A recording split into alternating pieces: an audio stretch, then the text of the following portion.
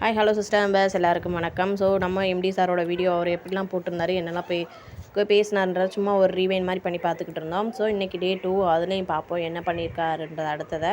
So அவரோட video தான் நான் பார்த்துக்கிட்டு இருக்கேன். ஸோ ஃபுல் அண்ட் ஃபுல் மறுபடியும் ரீவைன் பண்ணி சார் எனக்கு வந்து இந்த 7 நாள் பொழுது போகணும். அதனால தான் நான் போட்டுக்கிட்டு இருக்கேன். உங்களுக்கு யாருக்காவது சப்போஸ் கேட்கணுன்னு தோணுச்சுன்னா கேளுங்க. எனக்கு வந்து இந்த நாட்கள் எப்படிரா கிடக்கும் அப்படின்ற மாதிரி தான் இருந்துச்சு. ஸோ அதனால தான் இதை ரீவைண்ட் பண்ணி போட்டுட்ருக்கேன்.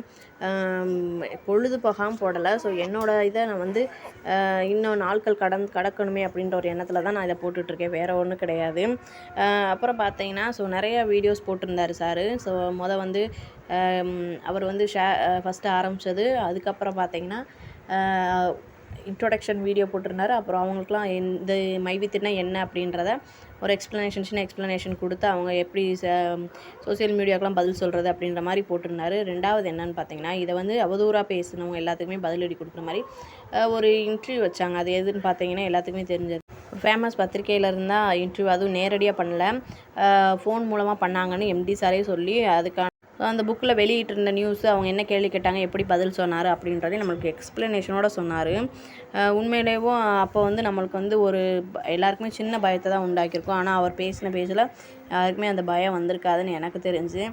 அதுக்கப்புறம் என்ன வீடியோன்னு பார்த்தீங்கன்னா, நம்மளுக்காக வந்து ஃபீல் இட் ஷேர் இட்னு ஒரு கண்டென்ஷன் போட்டி வச்சுருந்தாங்க.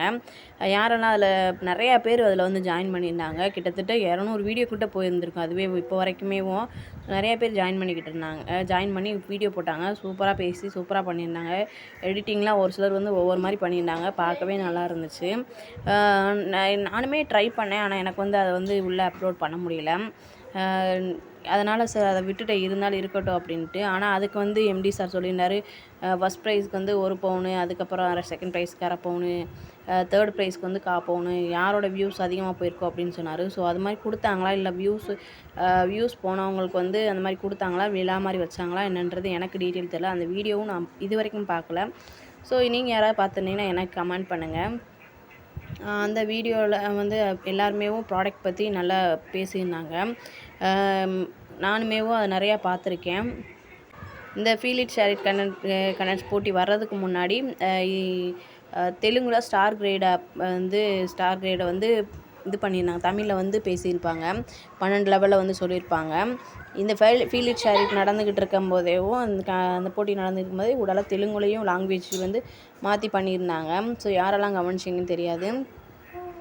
அதுக்கப்புறம் பார்த்தீங்கன்னா நிறையா வந்து வீடியோஸ் அதுக்கப்புறமும் நிறையா அந்த feel it share it video வந்துக்கிட்டே தான் இருந்துச்சு. உண்மையிலேயும் நிறைய இது மாதிரி வீடியோ வந்துக்கிட்டே இருந்துச்சு. ஸோ இந்த நாள் வரைக்கும் இது வரைக்கும் நான் கவனித்து பார்த்தது இதுதான்.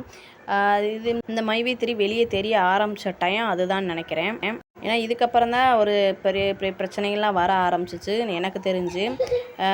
இந்த டயத்தில் தான் நம்ம வந்து நிறைய வெளிவர ஆரம்பிச்சு மைவி3னா என்ன எப்படி அப்படின்றது எனக்கு தெரிஞ்சு. ஸோ அதுக்கப்புறம் என்னன்றதை நான் நாளைக்கு சொல்கிறேன். டே 3ல் சொல்லுவோம். ஸோ நான் இன்றைக்கான எக்ஸாமையும் எழுதி முடிச்சிட்டேன். Thanks to all brothers and sisters.